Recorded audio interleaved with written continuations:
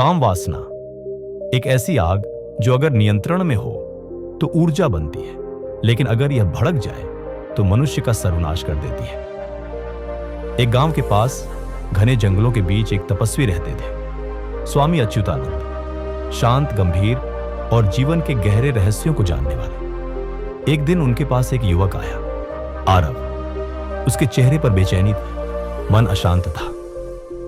महाराज, उसने कांपती आवाज में कहा, मैं अंदर से टूट गया हूं। काम वासना ने मेरा जीवन नर्क बना दिया है, कोई उपाय बताइए। स्वामी ने उसकी आंखों में देखा और मुस्कुराए। बेटा, क्या तुमने कभी आग देखी है? आरव चुप रहा, फिर धीरे से बोला, हां महाराज। तो यह भी जानते हो कि आग रोटी भी सेंकती है और घर भी जला देती है। काम भी एक ऊर्जा है, अगर इसे समझा तो यह साधना बनती है, अगर इसे बहकाया तो यह धन बनती है। आरव ने पूछा, तो महाराज इसका नियंत्रण कैसे पाए? स्वामी बोले, आओ एक कहानी सुनाता हूं। बहुत समय पहले एक ब्रह्मचारी साधक था, भानु। संयमी था, तपस्वी था, लेकिन एक दिन एक सुंदर स्त्री को देखकर उसका मन डोल गया।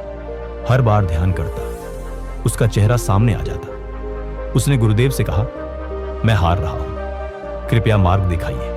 गुरु बोले, कल सुबह नदी के किनारे आना।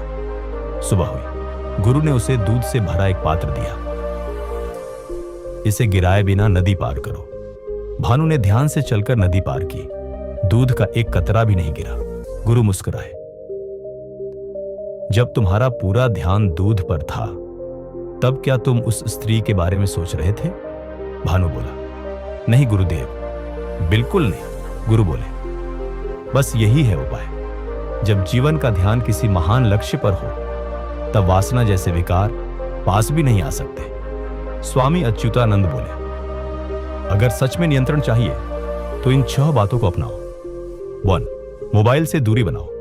गंदे चित्र और वीडियो वासना की आग को हवा देते हैं। 2. शुद्ध आहार लो। तामसिक भोजन जैसे प्याज, लहसुन, मांस इच्छाओं को भड़काते हैं। 3. साधना करो। प्रातः उठकर प्राणायाम, गायत्री मंत्र या हनुमान चालीसा का जाप। 4. सत्संग में रहो, अच्छे विचारों और लोगों से जुड़े रहो, कुसंग छोड़ दो। 5. व्यस्त रहो, जहां काम नहीं वहां कामना नहीं, लक्ष्य से जुड़े रहो। 6. एकांत से बचो। जब मन खाली होता है तब इच्छाएं सबसे तेज होती हैं। अब आवाज में आत्मविश्वास और शांति भरे। आरव ने ये सभी बातें जीवन में उतारी। धीरे धीरे उसका मन शांत होने लगा। अब वो संयमी था, आत्मविश्वासी था, और जब कोई युवक उससे पूछता, भाई काम वासना पर कैसे नियंत्रण पाया, वह मुस्कुराकर कहता, बस ध्यान की दिशा बदलो, इच्छा खुद पीछे हट जाएगी। काम कोई पाप नहीं, लेकिन उसके गुलाम बनना आत्मघात है। अगर जीवन में कोई ऊंचा लक्ष्य हो तो वासना की लहरें किनारे लग जाती है।